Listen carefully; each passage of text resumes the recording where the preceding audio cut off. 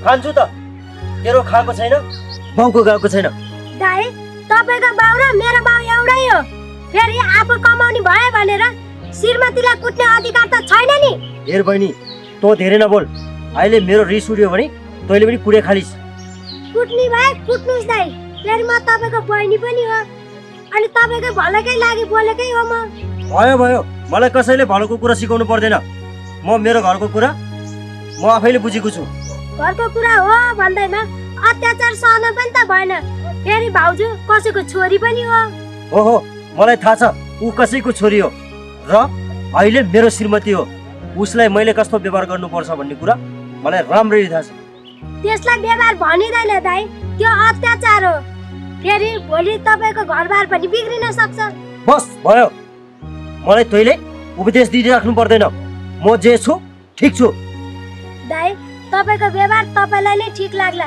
भोलि फेरि पछुताउनु पर्ला सम्बन्ध बिग्रेपछि जोड्न गाह्रो हुन्छ ए सम्बन्ध बिग्रियो भने बिग्रोस् मलाई कसैको डर छैन भोलि हेरौँ ल डरको कुरा होइन दाइ भाउजूलाई यति बेला माया चाहिएको छ कुटाइ होइन ए यो धेरै बोली त आफ्नो बट लाग ठिक छ दाइ तपाईले जहाँ भनिरहनु पर्दैन म आफै जान्छु फेरि तपाईले कुटेको मान्छे भोलि तपाईको साथमै नरहन पनि सक्छ हो भविष्यको ज्योतिष जान्ने बुझ्ने तै रहेछ ठुलो कुरै गर्छ जा होइन यो मेरो दाइलाई जति सम्झाए पनि नलाग्ने यो बाटो जेसरी मरोस्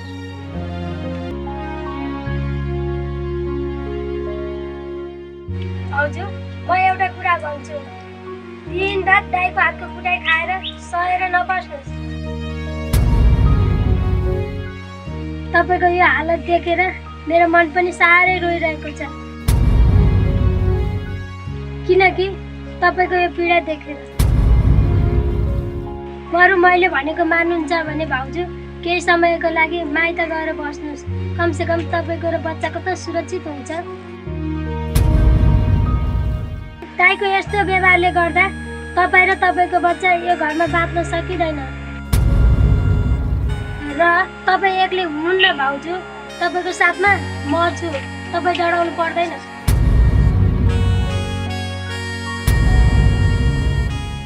र तपाईँले तपाईँको पेटमा भएको बच्चा र आफूलाई ख्याल गर्नुपर्छ भाउजू भाउजू तपाईँको बच्चा जुन दिन जन्मिन्छ त्यही दिन दाइ र म तपाईँलाई लिन आउनेछौँ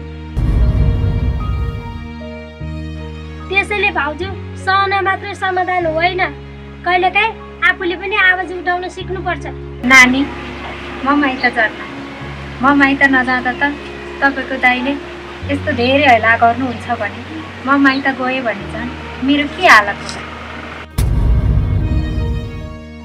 यदि म माइत गइहालेँ भने पनि झन् हजुरको दाइले मलाई छोडिदिनुहुन्छ होला त्यसपछि झन् म कसरी बाँच्ने अनि कसको सहारा लिनु त्यसैले हामी जस्तो नारीको जिन्दगी सजिलो छैन सहेर बस्नुपर्छ भन्ने लाग्छ मलाई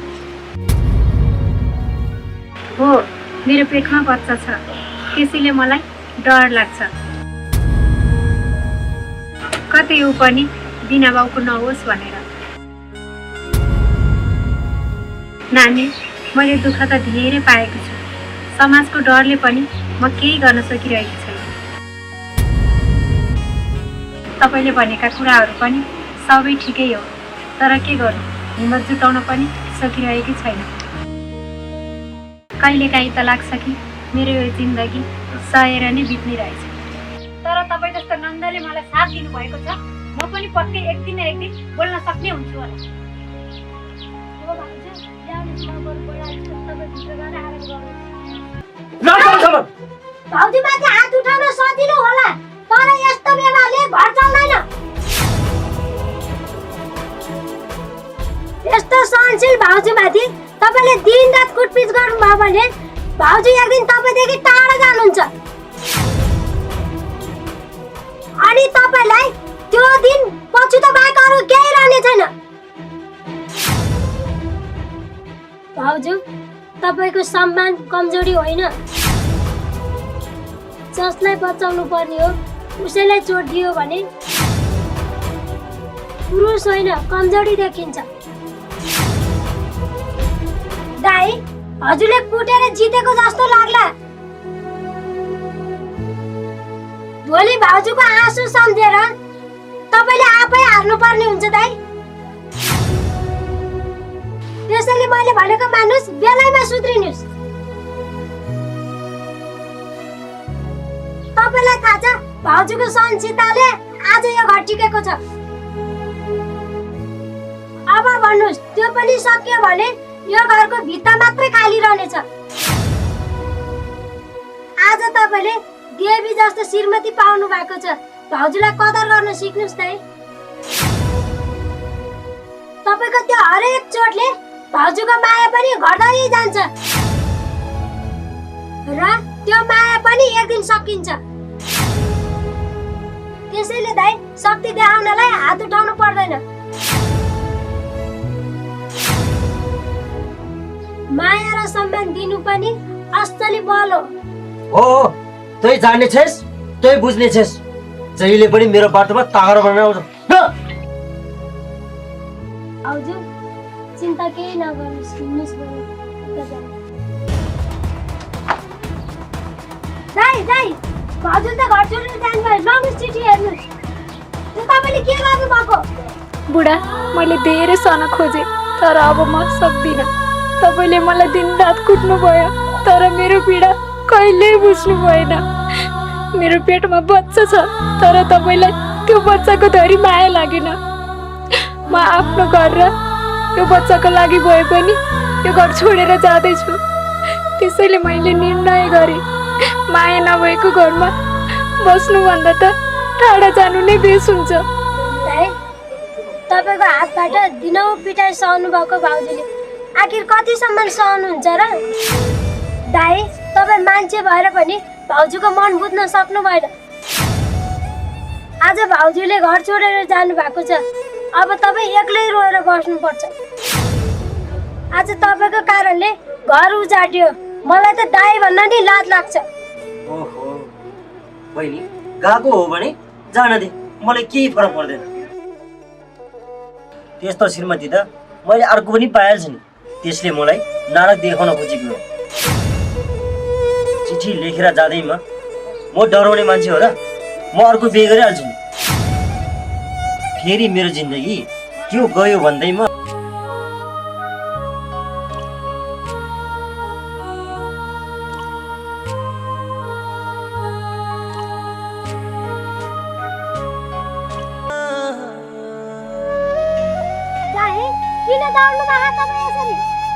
सुन्न बहिनी, त्यो पल्लो गाउँको छेउमा एउटा घर छ रे, त्यो घरको केटासँग तेरो भाउजू त त्यही केटासँग बिहे गरेर गएछ। बहिनी, तँ पनि मसँग हिँड। तेरो भाउजूले मैले भनेको मान्दैन, तैँले भनेको त मान्छ नि। ठिक छ दाइ, म पनि जान्छु, तर आइन्दा भाउजूलाई कुटपिट त गर्नुहुन्न नि। गर्दिन बहिनी, गर्दिन। जाउँ बरु, छिटो जाउँ। ल हिँड्नुहोस्।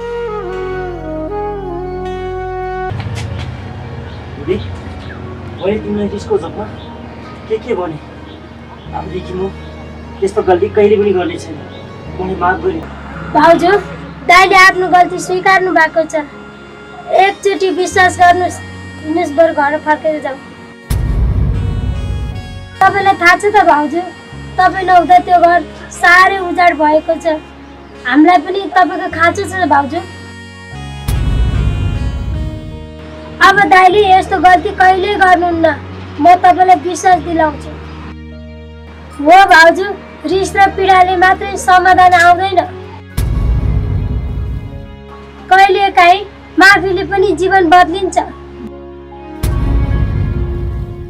त्यसैले भाउजू, घर फर्किनुहोस्। पहिलाको जस्तै हाम्रो घरमा खुसी आउँछ। बहिनी, मान्छेले जीवनमा ठेस खाएपछि मात्र आफ्नो गल्ती बुझ्छ। किन तिमीले पनि आफ्नो मनको पीडा बुझेर सही निर्णय लिनुपर्छ। त्यसैले मैले भनेको मान्छौ भने जाऊ बहिनी, घर फर्क।